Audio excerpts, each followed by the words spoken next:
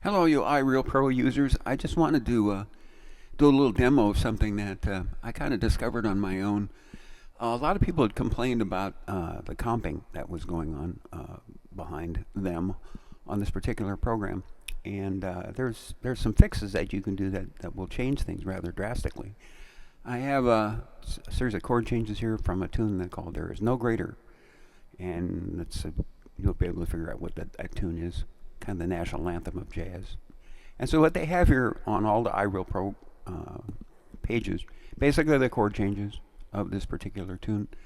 And this is what you would see if you were playing this tune on a gig somewhere, or a big band or a small band or whatever.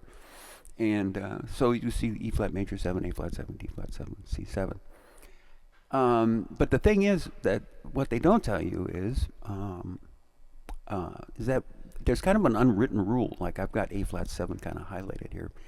And A flat 7 is by itself not much of a jazz chord. I'll play A flat 7.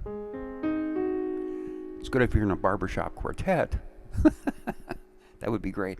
What a jazz player, piano player is going to play, for those of you who don't play piano, I do as kind of a sideline, is that they're going to play that chord. So you're going to play, that's what an A flat 7 is going to sound like. So, but the piano player normally adds a 13th and the 9th and whatever. That's just kind of an unwritten rule that's gone on for now centuries, I guess it seems like. So when it says A flat 7, it really is an A flat 7. So let me play this tune just the way it is, and then you can kind of hear. I'm using the jazz guitar. I'm just going to use the guitar in this case, and so you check out what it sounds like. So I'm going to play this and hear it. You can hear it as it is.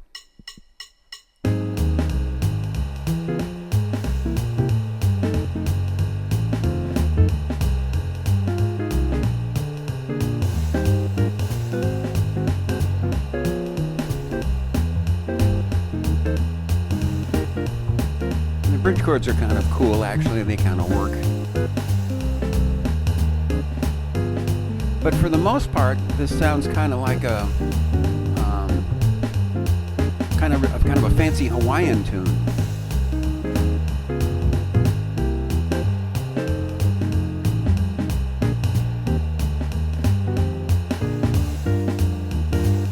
So they used to call those chords in the old days vanilla chords. I don't know why. Maybe they taste good. I'm not sure. But like I said, when a piano player plays these chords, he plays different changes. So again, it's like a nice Hawaiian tune that you have here. And there's nothing wrong with Hawaiian tunes. I like Hawaiian tunes. They're fine. But we're gonna have to let's change these, and I'll show you the difference in the sound of it. So for example, if I go up here to edit song, it has a listing of the chord changes here. So instead of E flat major 7, which is a nice kind of a bossa nova chord, I'm going to put in, I'm hitting delete, by the way, a 6-9 chord, which is more of what a jazz arranger would use in this situation. And instead of A flat 7, I'm going to put in A flat 13. I don't want to bore you, but I'm going to do the whole thing here. So D flat 7 is, like I said, a 13th chord. C7 is now a 13th chord. And then F7 down here is going to be F13.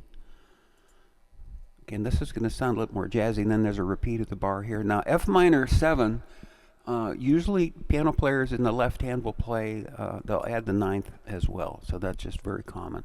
Again, if you don't play piano, you don't understand this or know this, but it's something you should actually know. You should all play piano anyway a little bit to understand what goes on back there. I've had the luxury of playing piano on a lot of great gigs with a lot of great bass players, and also playing saxophone, watching piano players play and kind of see what their direction goes, what their extensions are, etc.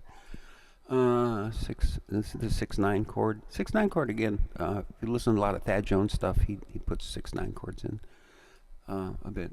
A 6 chord. From the old days, that was like Glenn Miller days. That was a kind of a standard chord. It was like, well, we need to find another note. Let's add the 6th. On C minor 6, I'm going to add the 9 And I'm going to leave these alone because I don't necessarily need to add. It looks like there's a lot of stuff going on anyway. So I'm going to add a 9 here. And then I'm going to add a 9. Again, a C minor 7th chord, C minor 9. Oops. Yeah, C minor 9. Ding. Then F7 is going to be now F13. And what's interesting about this program is that it finds this stuff. It actually knows to play those notes. So it doesn't add those notes if it's just a 7th chord, but it can find the notes if you add like the 13ths. E flat major 7, again, a nice bossa nova chord. But let's make that a 6/9 chord. It has a little more meat and potatoes to it. A flat 7, 13. D flat 7. Actually, you know what's kind of neat? The melody of this tune, which is copywritten, let's see, D flat 13. Let's go plus or sharp 11. Ooh. And it picks this up too. That's what's amazing. C7 is now going to be C13.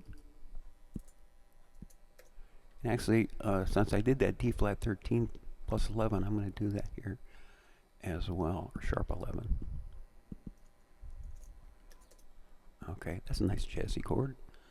I'm not doing any reharmonizations. I'll do that on another one because there's a billion different things. If you're a piano player, you look at this tune, you go, what's a billion different things I can do? I can put a flat fifth of something here and there. But that, for the most part, makes everybody's eyes glaze over. That's the stuff I live for, you know, as a writer. You're always looking for some kind of cool set of chord changes. Here's the end of the tune, and usually they put a turnaround of 1-6-2-5, and that doesn't even have this in it. So I'm going to put a 6/9 here, and the 1-6, the 6th chord would be like a C7.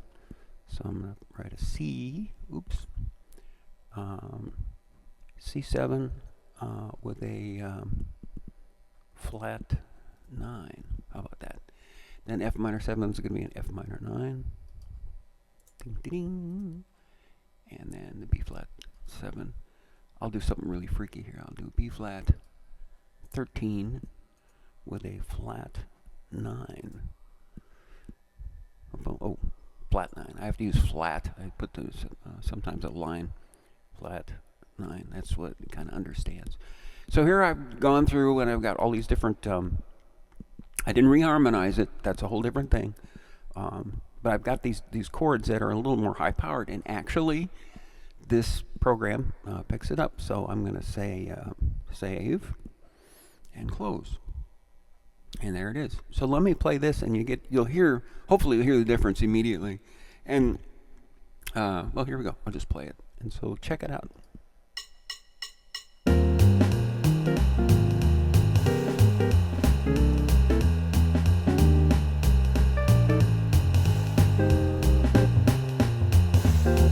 That's more like a regular guitar player would play.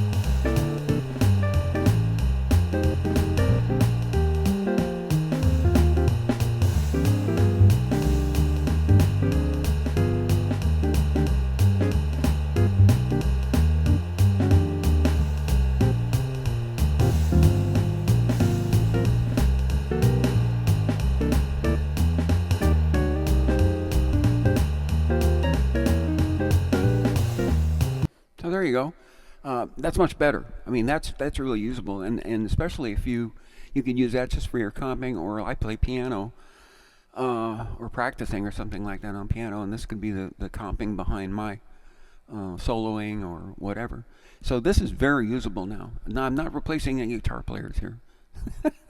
My good friend Mike Higgins will slap me, and that's I don't want that. But anyway, again, it's kind of a drag that you have to go through and change them to make this like very jazz usable. But it makes such a big difference. I'm up to about 150 tunes that I've done for this. And also the other thing is you can do substitutions, which I'll talk about. And you can also make an entire arrangement. This, the way they've got it set up, it just kind of plays through, and the amount of number of repeats that goes through, and then you kind of have to shut it off. There's an actual way of making an introduction.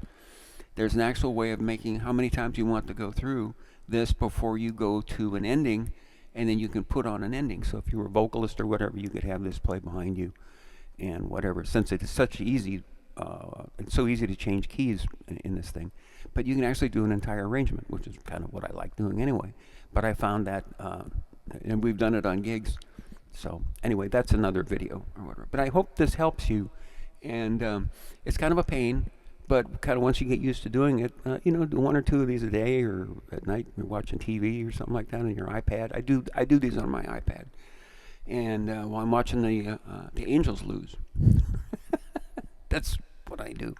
So anyway, hope you enjoy this, and look for I'll put up some other ones too if you're interested.